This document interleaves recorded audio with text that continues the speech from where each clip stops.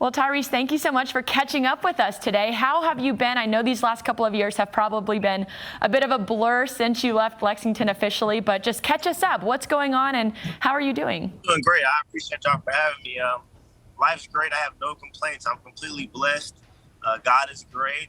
Family's good. Health is amazing. So, like you said, the last 2 years kind of have been the blur since I left UK. But they've all been great, and I can't do anything but thank God. Well, and I think if we look at this last year specifically, the jump you were able to take from year one to year two in the league, I mean, improved points per game, shooting percentage, assists, rebounds, pretty much every single number on the box score got better in year two.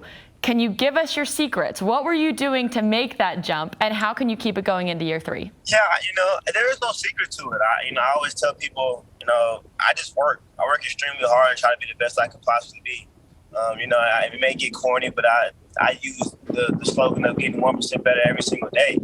And that's what I use that model going into my second year. And I think I'm going to use that model going into, the rest of my career, every single offseason, just trying to find ways to enhance my game and be the best I can possibly be. I heard an interview that Doc Rivers did, I think sometime since the end of the season, where he called you the most impressive young player he has ever seen in his career. 21 years. I mean, Doc Rivers is a guy who has coached legends. So when you hear him say something like that, what goes through your mind? You're just grateful. You're grateful because we have a great coaching staff around us, a great organization from top to the bottom.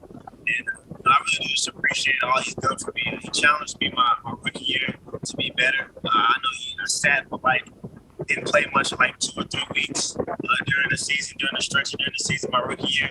And he called me to the office and told me he sat me because he just didn't feel like I was playing up to the level of my potential. He's somebody like a mentor. Honestly, he's a mentor to all of us on the team.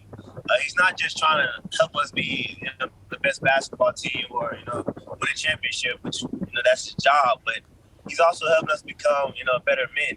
And I would say young men for myself, but we have guys on our team that are 30, 31, and he also helps them as well. And he's just a very great guy, a very great person, and a great coach as well. So I have no complaints, and I really do appreciate it, and I'm glad that he's been our coach. I think this was the same interview. He also told this sort of funny story on you, and I'm sorry to bring it up again, but he said that you didn't know how to go on vacation. He said that you were having to ask people, what do you do on vacation? I can't relax for that long. Now that this summer, you've had a couple of weeks, months to figure it out, did you figure out what to do on vacation? Yes, it's funny because I say that, but I really meant it. I've never been on an actual vacation. This was my first time getting on the plane and actually not going to play basketball. Every time I've been on the plane since I've been in the 5th grade, it was going somewhere to do anything, to go on a recruiting visit or to play basketball or to go play for, the USA team. So this is the first time that I was getting on the plane. I didn't even pack basketball shoes. So it was it was crazy, but I just tried to relax. The season is long. I love basketball, every single bit of it. But I've been trying to do a better job of, recovery and rest. Just trying to take your debriefing and take your mind off the game sometimes just so you can be the best that you can possibly be. So we hear all the time that Kentucky really prepares guys for the NBA, for that next level. But very few people actually get to experience that. Obviously, you're one of those lucky few. So from your perspective, what was it about the UK basketball experience that sets you up for success on this next level? I just think the entire, the group that you have at Kentucky, from Miss Deb all the way to Coach Cal, they treat you like a professional. They treat you like professionals. And they don't. Coach Cal doesn't beg you to get in the gym to work on your game. Nobody in the NBA is begging you to gym. Is begging you to get in the gym to work on your game. Everybody in the media is really helping you prepare yourself for the intense media for the NBA. And then Coach Cal really teaches you how to become a young man and also how to play with teammates that are also very good at basketball. And I think that's one of the biggest things that I learned is how to sacrifice and how to become a better teammate and a better team player. Because when we come from high school, we're all the man. Everybody's out here getting 20 shots a game. And when you get to the NBA, you have to be a star in your role. And at Kentucky, we all had roles. We all had to be stars in our roles. Some nights we were going to score 25. Some nights we were going to score 4. And that's just how it worked. And he made it to where it was okay for it to be like that. And, I just really do appreciate everybody, just the whole BBN, the fans, PR people, my teachers, professors there, and Coach Cal as well. Well, that was a great answer, but I have to say, I think you had more 25-point nights than anything else. So that, in your case, is a little different, I guess. When you think back to your time in Lexington, now that you are a couple of years removed, is there a certain game or a certain memory or a certain teammate even that you had that really stands out to you to this day? The first game, of course, when we played in the Madison Square Garden, playing against the number 1 team in the nation, you're number 2. A game that I've watched, the championship classic that I've been watching since I don't even remember how old I was since it's been around. But, that's a memory, beating them.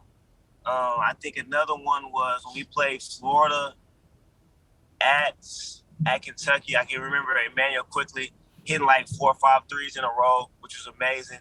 Going on the road, beating Texas Tech, where the picnic for All-American started. It was.